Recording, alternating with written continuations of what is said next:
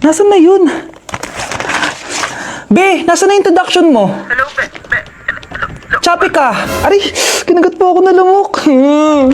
O anak, bakit sa labas ka gumagawa niyan? Anay, mahina kasi internet sa loob. Kailangan ko na kasi matapos to. Pumasok ka na dito anak, nagpalagay na ako ng Vida Fiber Internet. Nay, gumasos ka pa? Pasok to sa budget ko anak, kasi for only 888 pesos a month, meron na tayong internet with speeds up to 75 Mbps. Installation fee will apply, pero sulit na din kasi 8 na gadgets ang pwede mag-connect. Salamat sa lahat, Nay. Ginagawa mo magaan yung pag-aaral ko. Di bali, Nay, makakabawi din ako sa inyo. Love you, anak! Gusto ko lang maging malinaw sa inyo na dito sa klase ko, ako ang nasusunod. Naintindihan? Ma'am, eto po yung assignment ko. Anong klaseng assignment to? Parang ginawa lang ng bata. Mababa lang grades mo dito ha. Pinaghirapan ko yung assignment na yun. Sino ang pambansang bayani natin? Ma'am, Scarlett, ang pambansang bayani natin ay si... Oops! Napakabagal mo sumagot. ang pambansang bayani natin. Straight to the point ang kailangan ko sagot. Ayusin yung sumagot ha. Hindi na kayo elementary. Opo, ma'am. Pinayagan ba kita kumain sa loob ng klase ko? Ma'am. Akin na yan. Kung ayaw niyong binabastos kayo, wag niyo akong bastusin. Oo, be. Kayo tayo sa labas mamaya, ha?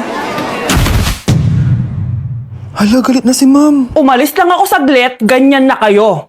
First meeting pa lang natin, pinapakita nyo ng mga ugali nyo. Buti pa yung kabilang section, tahimik lang. Kayo na ata ang worst section na napuntahan ko. Kung kami ang worst section, ikaw ang worst teacher.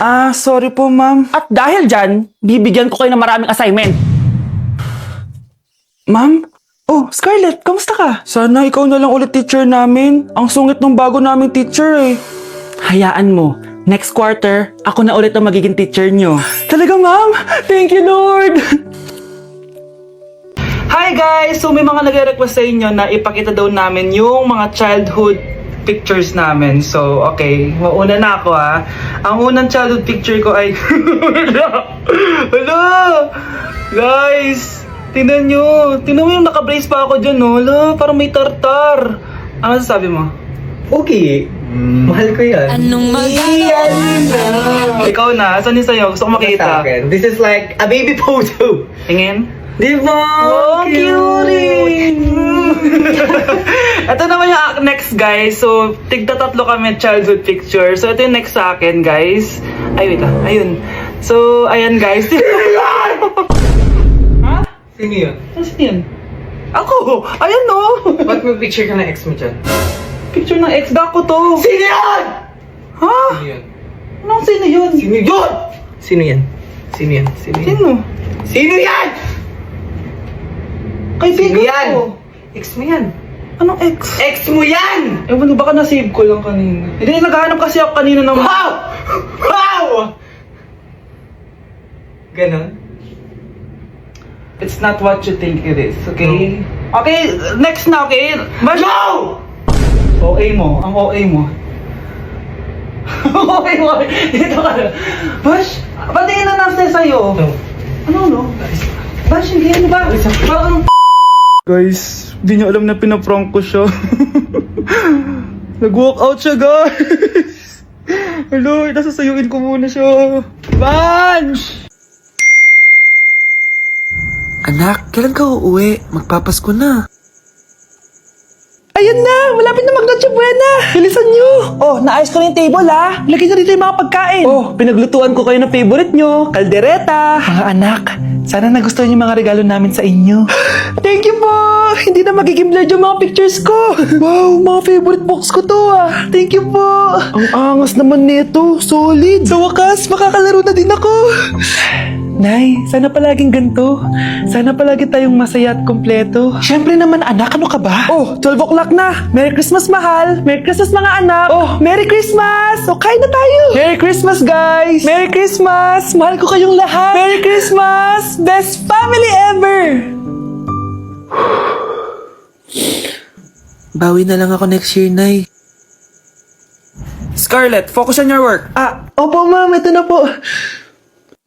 Okay, class, magre-recitation tayo. Ang makasagot, +1. direct to the card. For sure ako nang magiging top 1 kapag nakasagot ako dyan. Dapat ako ang makasagot niyan, hindi si Samantha. Unang tanong, ano ang card na ginagamit kapag nagwi-withdraw? Ma'am? Ano pa bang card yun? Di face card. Anong face card, ha? ATM card yun. Face card, face card. Wala ka nga nun? Ayusin nyo, ha? Susunod. Ano ang kulay na nasa flag natin? Ma'am, ang kulay po ng flag natin ay red at green. Ha? Bakit may green, ha? Di ba po pag masama, red flag, tapos kapag mabait, green flag? Anong pinagsasabi mo? Diyos ko, mga bata ngayon. Ang kulay ng flag natin, red, blue, white, tsaka yellow. Okay, class. Last question na lang to, ha? Ayusin nyo na. Napakadali na lang na to. Ano ang iniinom kapag masakit ang ulo? Ma'am ako, ma'am. Okay, Michael? Yakap, sulat, kiss pa rin po ni Crush. ko, nilapitan ko, hanggang sa may diwata na pagdinat ko, nalasing. Aray! Disturb. Di ako yun, ha? Wala na nga akong kapartner. Mambabato pa kayo. Hi. Ako, pwede mo ako maging partner. Tony? Totoo ba to? Matagal ko na siyang crush. Tumabi ka nga sa banta. Panira ka sa view. Hi, Jessica. Hi. TikTok tayo, Jessica. Ako yung partner mo. Ako? Sure, sige. Tingin ko, nilapitan ko, hanggang sa may diwata na pagdinat ko, nalasing. Ayoko na mabuhay! Ang galing, katabi, kanabi. Tingin ko, nilapitan ko, hanggang sa may diwata na pagdinat ko, nalasing. Kagabi, ang galing, katabi, kanabi. Hoy, kayo dalawa! Ano ginagawa nyo, ha? Ba't may pakis? Ma'am, ito po kasi usong step ngayon yung may pakis sa chicks. Ayan, sinasabi ko na nga ba? Puro na naman kayo TikTok. Mga nalalaman nyo. Ang bata-bata nyo pa, may pakis-kis na kayo nalalaman dyan? Mag-aaral nga kayo na maayos. Ang bitter ni ma'am porket walang kadate ng Valentine's. May sinasabi ka ba, Scarlett? Wala po, ma'am.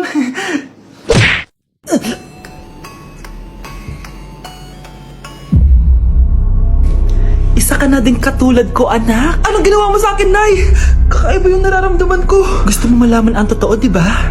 Isa akong diwata mula sa mundo ng Encantasia.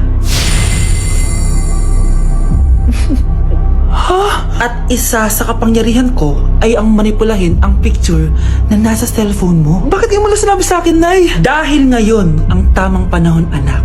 At nasa katawan mo na ang kapangyarihan na para sa'yo. Pero, paano ko malalaman kung ano yung kapangyarihan ko? Ikaw ang tutuklas niyan, anak. Ano kaya magiging kapangyarihan ko? Baka nagiging invisible ako.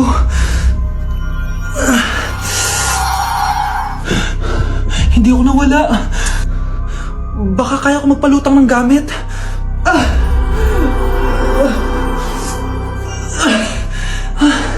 Hindi lumutang. Ang hirap naman neto.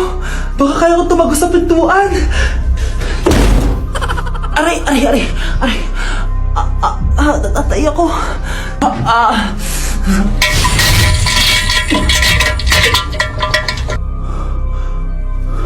Ano yun?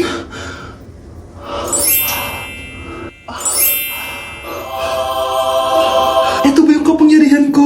Tumain ng ginto. Nay, alam ko na yung kapangyarihan ko. Tumatay ako ng ginto. Anak, uminom ka na maraming pampatae para yumaman na tayo. Talino mo talaga, Nay.